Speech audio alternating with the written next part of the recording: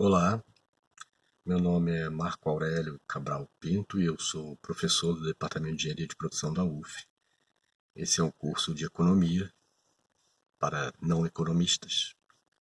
E nós estamos no meio da pandemia e faz parte do curso, portanto, gravar pílulas, onde nós vamos discutindo alguns conceitos. Eu queria discutir com vocês um conceito muito importante para nós, que é o conceito de agregação.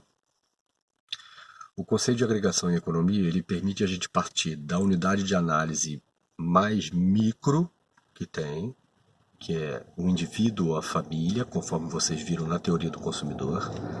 Então, essa unidade mais fundamental, que está ligada ao consumo, né, ao paradigma da vila e etc., ela constitui a unidade de análise, o átomo da economia. E é da mesma maneira que depois, mais tarde, a firma vai ser introduzida como um átomo, no mesmo nível de agregação das famílias, o que em princípio não é correto, porque a firma ela já é um coletivo de indivíduos ou representantes familiares, ou membros das famílias.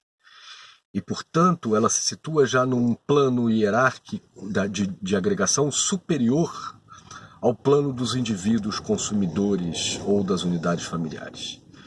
Por que isso? Por que isso é importante? Porque dentro das empresas existe hierarquia. E se existe hierarquia, existe a questão do poder. Então, já no microfundamento da economia, nós vamos encontrar ali já no núcleo do pensamento mais vamos dizer, rigoroso do que a gente está fazendo dentro do modelo do equilíbrio geral. A rigor, nós não poderíamos colocar ambos os atores econômicos no mesmo plano de agregação como é feito. E qual é a consequência disso? A consequência é que não é apenas este plano da organização individual que vai ser omitido quando ou que vai ser deturpado ou distorcido. A gente já viu a questão dos retornos decrescentes de escala, que é uma aberração também, né? Então, na medida em que você vai criando elementos que confundem as pessoas, porque matematicamente você está tratando como iguais coisas que são diferentes. Voltando à questão do poder, o Weber ele dedica boa parte da sua obra no esclarecimento desta questão, da questão do poder dentro das organizações e da maneira como isso se manifesta já e se entrelaça e tem toda uma lógica e, portanto, uma consciência, uma teoria, um aprendizado, um conhecimento possível, e porque a gente passa a falar sobre o que há de permanente, não o que há de ilusório ou passageiro do dia a dia das organizações, mas do que há entre comum entre elas, nos seus ingredientes constituintes. Todas vêm, de certo sentido, de um mesmo lugar, se nutrem do mesmo ventre.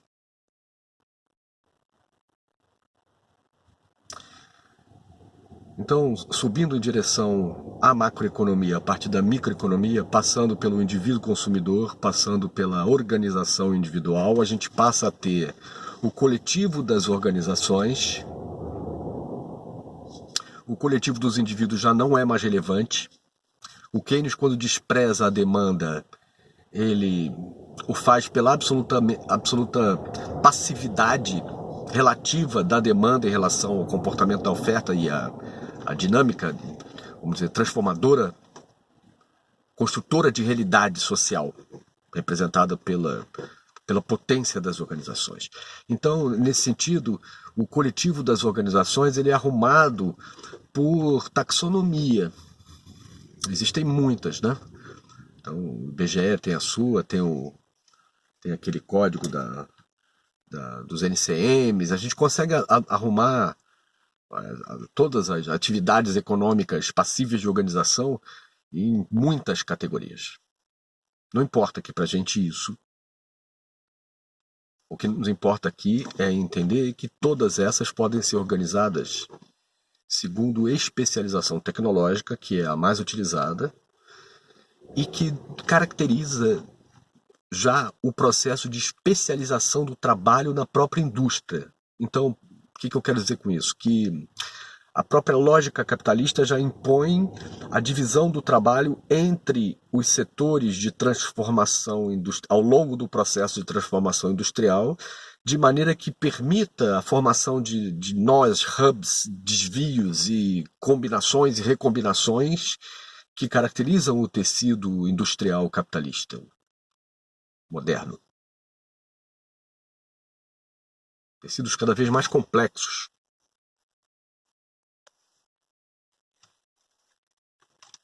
Com efeitos à distância e tudo demais.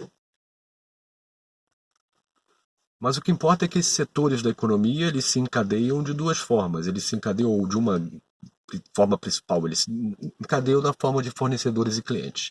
Esses fornecedores e clientes, eles atuam como ao longo dos processos de transformação, né?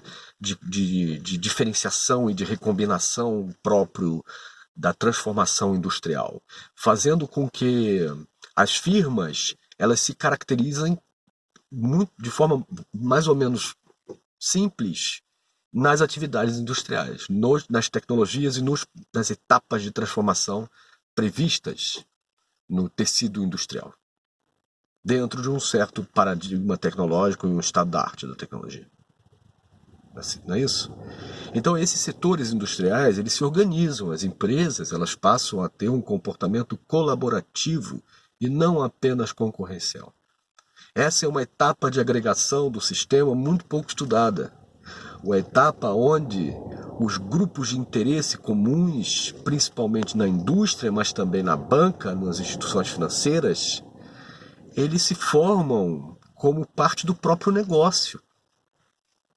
E eles são feitos com um propósito especial, que é o de aumentar a influência daquele setor específico dentro do Estado Nacional, para se fazer representado.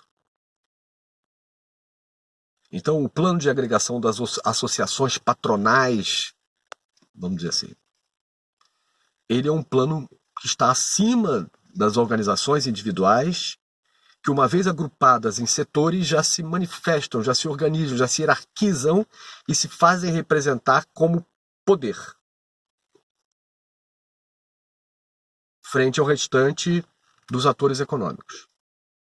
Acima dessa dimensão de agregação, que vai estar ali para os principais setores da economia, para os mais dinâmicos, nós vamos observar o das cadeias produtivas, aonde esses setores eles se encadeiam em lógicas comuns, mais amplas, e que usualmente, ao longo dessas longas ramificações de processos produtivos, de combinações e recombinações, onde operam as integradoras, as donas dos projetos, portadoras das inovações. É nessa dimensão que nós vamos ver uma coordenação vertical ao longo das cadeias produtivas, ou seja, desde o processo de mineração até as franjas dos serviços dentro das cidades. E aí já fica mais ou menos evidente que as principais empresas dentro de cada uma das cadeias produtivas se projeta por sobre as demais, ditando de certa maneira, como Keynes previa, aliás, os ritmos dos investimentos. Quer dizer, dos fundamentos econômicos, estrito sensu, do efeito multiplicador do investimento é esse. Porque na hora que você inicia o investimento, não é apenas um setor da economia que passa a investir, mas todos os fornecedores e todos os vasos comunicantes se alargam com aquele aumento da atividade, como se requeressem uma maior capacidade cardiovascular.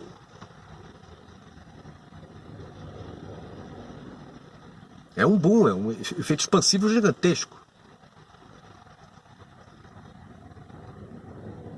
Então, para se conhecer o crescimento econômico, industrial, é importante se compreender o que vai na cabeça dessas principais empresas dinamizadoras da indústria. Não são muitas no Brasil.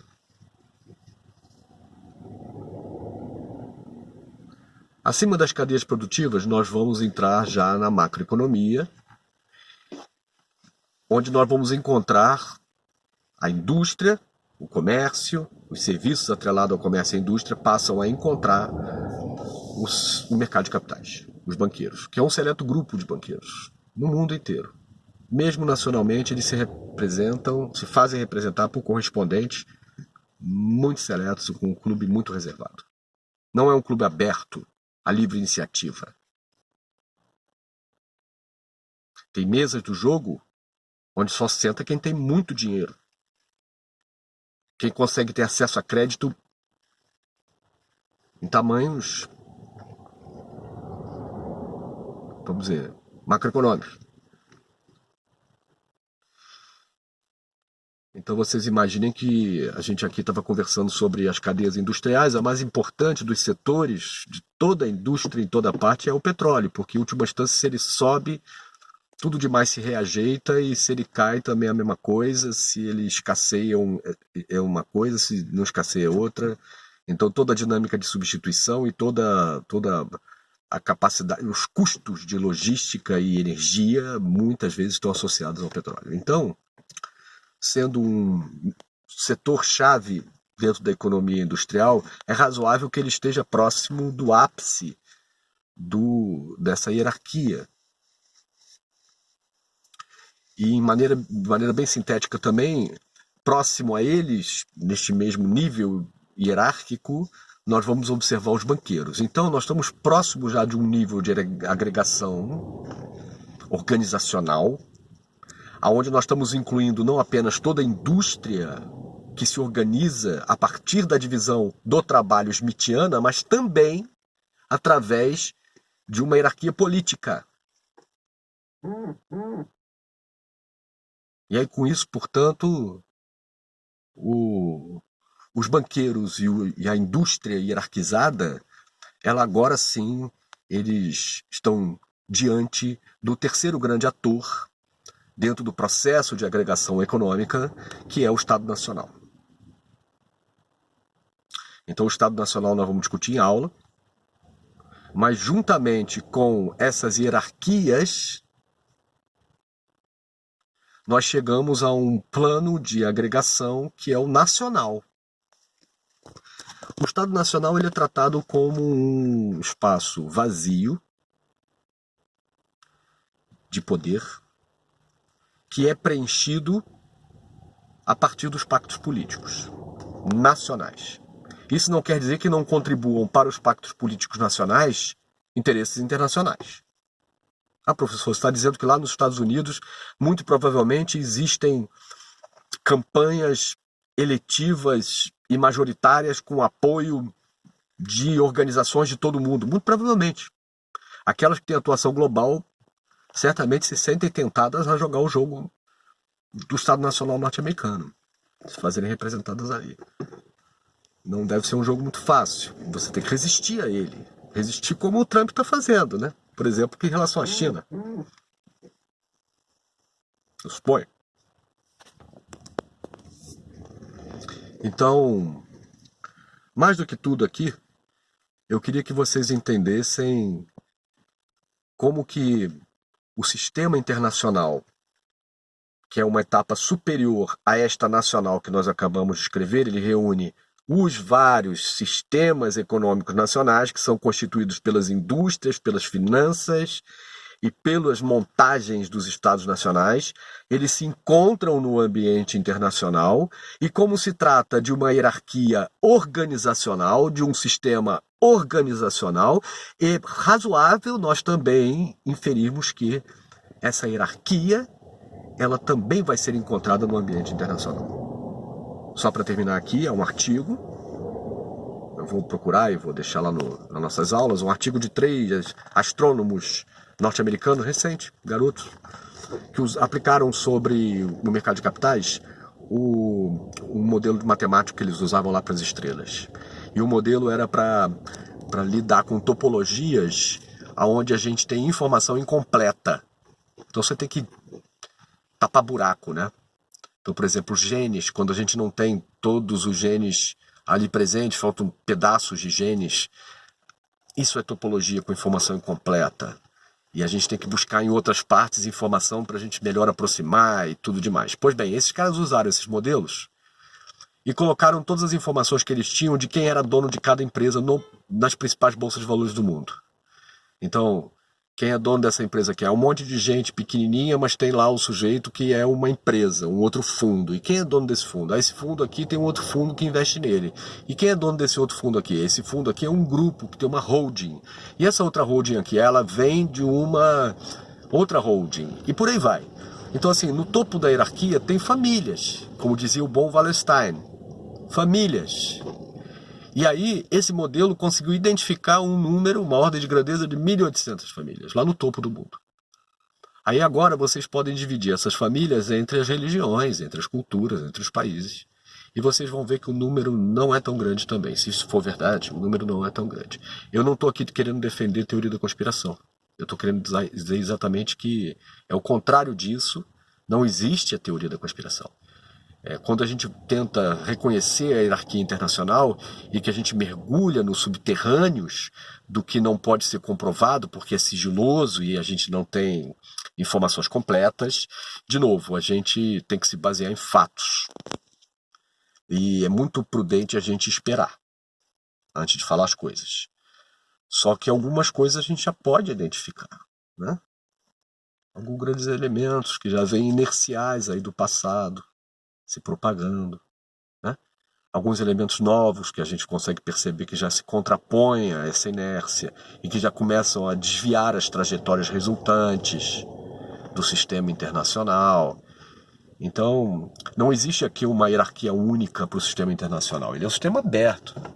Ele é um sistema criativo, não linear, cheio de situações em que a gente não espera e que podem mudar de fato.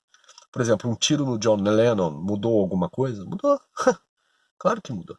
A gente não pode dizer que não mudou. Claro que mudou. Então, eu fico por aqui, então, e nós vamos para a nossa aula. Tá bom? Espero que vocês tenham aproveitado e percebido a complementaridade.